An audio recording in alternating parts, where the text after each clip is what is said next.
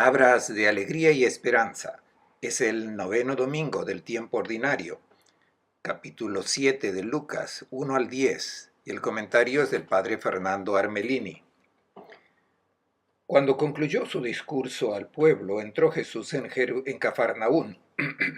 Un centurión tenía un sirviente a quien estimaba mucho, que estaba enfermo, a punto de morir. Habiendo oído hablar de Jesús, le envió unos judíos notables a pedirle que fuese a sanar a su sirviente. Se presentaron a Jesús y le rogaban insistentemente, alegando que se merecía ese favor. Ama a nuestra nación y él mismo nos ha construido la sinagoga. Jesús fue con ellos. No estaba lejos de la casa, cuando el centurión le envió unos amigos a decirle: «Señor, no te molestes, no soy digno de que entres bajo mi techo. Por eso, yo tampoco me considere digno de acercarme a ti. Pronuncia una palabra y mi muchacho quedará sano, porque también yo tengo un superior y soldados a mis órdenes. Si le digo a este que vaya, va; al otro que venga, viene; a mi sirviente que haga esto, y lo hace». Al oírlo Jesús se admiró y volviéndose dijo a la gente que le seguía: «Una fe semejante no la he encontrado ni en Israel».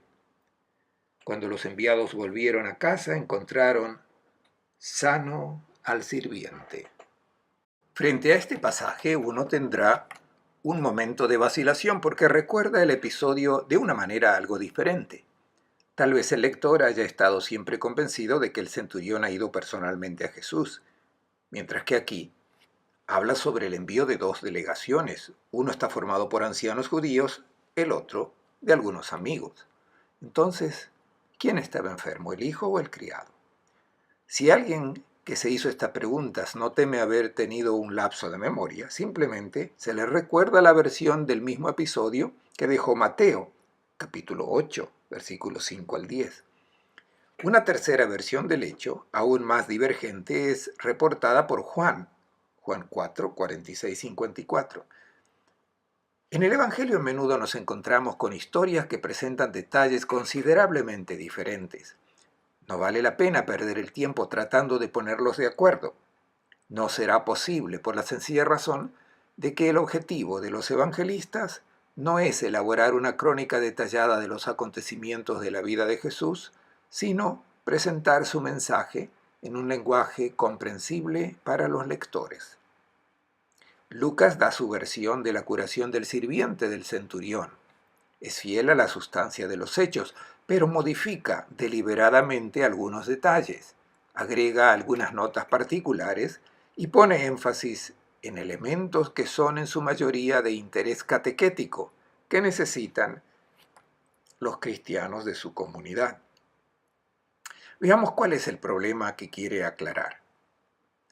En la explicación de la primera lectura vimos que entre los judíos había una convicción profundamente arraigada de que Dios quería que su pueblo estuviese separado de los extranjeros. Algunos textos bíblicos intentan abrir nuevos horizontes más amplios, más universales para los israelitas, pero con resultados casi nulos. La tendencia predominante es la de cierre, el rechazo de cualquier contacto con aquellos que se consideran impuros e indignos de recibir las bendiciones del Señor. En la iglesia primitiva, muchos paganos también se unieron junto con los judíos. ¿Cómo hacer que estos dos grupos, separados por el odio y los prejuicios seculares, vivan juntos como una comunidad? Aquí está el problema al que Lucas siente la necesidad de dar una respuesta urgente. Él sabe que en esta área las emociones y los impulsos irracionales juegan un papel importante. Por lo tanto, es inútil tratar de convencer a las personas mediante el razonamiento para revisar sus propias posiciones. Sin embargo, él tiene en mano un arma más fuerte que cualquier exhortación: el ejemplo del Maestro. En la historia de la curación del sirviente del centurión, Lucas, más que Mateo, detecta los elementos que pueden ayudar a los miembros de su comunidad a superar la desconfianza mutua. Lucas tiene cuidado de poner a los extranjeros bajo una buena luz y para esto introduce algunos detalles significativos que no aparecen en los otros evangelios. El centurión, aunque no pertenece al pueblo de Israel, es extraordinariamente bueno. Es un hombre de guerra, pero muestra una sensibilidad poco común. Se preocupa por su esclavo. Él era muy querido para él. Incluso cuando habla de él lo llama cariñosamente mi hijo. Sabe que puede contar con la amistad de los oficiales de la sinagoga, a los que a menudo hacía algunos favores. No dudó en recurrir a sus recomendaciones para salvarlo. No hay duda que este pagano quizás tiene ideas teológicas que no son del todo correctas sobre Dios y la religión, pero supera a los demás en amar a las personas. Los mismos ancianos de los judíos lo elogian mucho. Le dicen a Jesús, Él merece esto de ti porque ama a nuestra gente e incluso construyó una sinagoga para nosotros. Luego se enfatiza su humildad, una virtud muy apreciada en Israel. Los rabinos enseñaron que Abraham era humilde. Se dice que Moisés era el más humilde de todas las personas en la tierra. El centurión es tan humilde como estos grandes hombres de la Biblia. Se humilla para pedir ayuda a los líderes de los judíos y llega al punto de no considerarse digno de conocer personalmente a Jesús. Es un hombre que respeta las tradiciones y costumbres de los judíos. Él sabe que no pueden tener contacto con los gentiles. Para esto, invita al maestro a no arriesgarse a ser contaminado al entrar en su casa. Solo da la orden y la enfermedad que aflige a mi sirviente desaparecerá. Finalmente, muestra una fe tan grande que dejó asombrado al mismo Jesús que dijo, ni en Israel he encontrado una fe tan grande. Jesús solo se sorprende 2 veces en los evangelios, frente a la fe del centurión y de la incredulidad de sus compatriotas.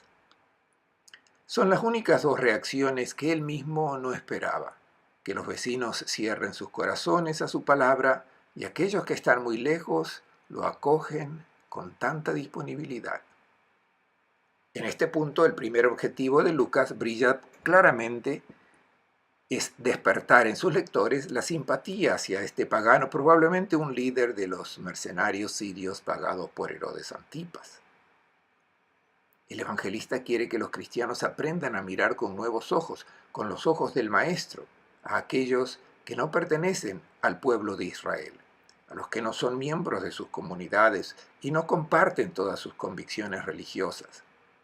Quiere condenar todo tipo de separatismo, pensamientos de odio e ideas preconcebidas de quien asume que los incrédulos son enemigos malos y peligrosos de los cuales uno debe estar en guardia. Incluso aquellos que viven al margen de la práctica religiosa pueden experimentar los sentimientos y hacer las cosas de Dios. Todos los devotos israelitas se dirigen a Dios con esta oración. Gracias, Señor, porque no me hiciste pagano.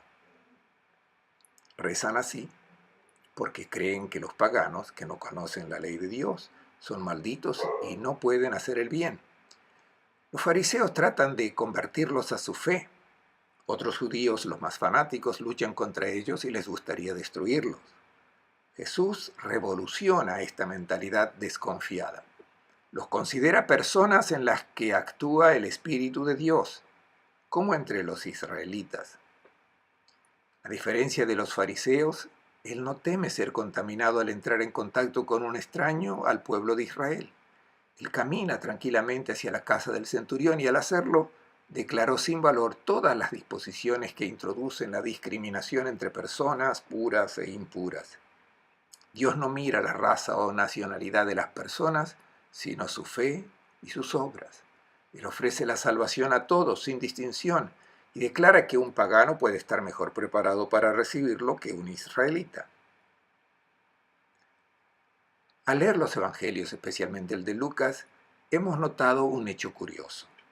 Cuando un incrédulo de alguna manera se enfrenta a una persona de las buenas, entre comillas, siempre termina teniendo mejores resultados.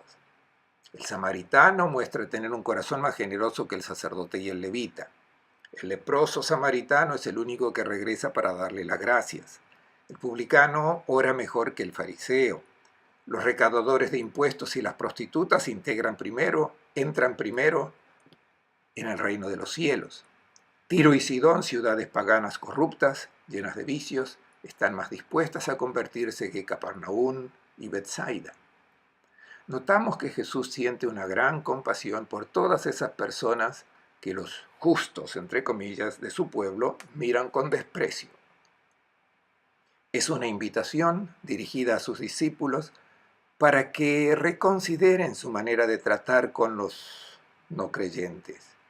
No ignora los lados negativos y deteriorados de los paganos, pero no sospecha de ellos, no los considera enemigos.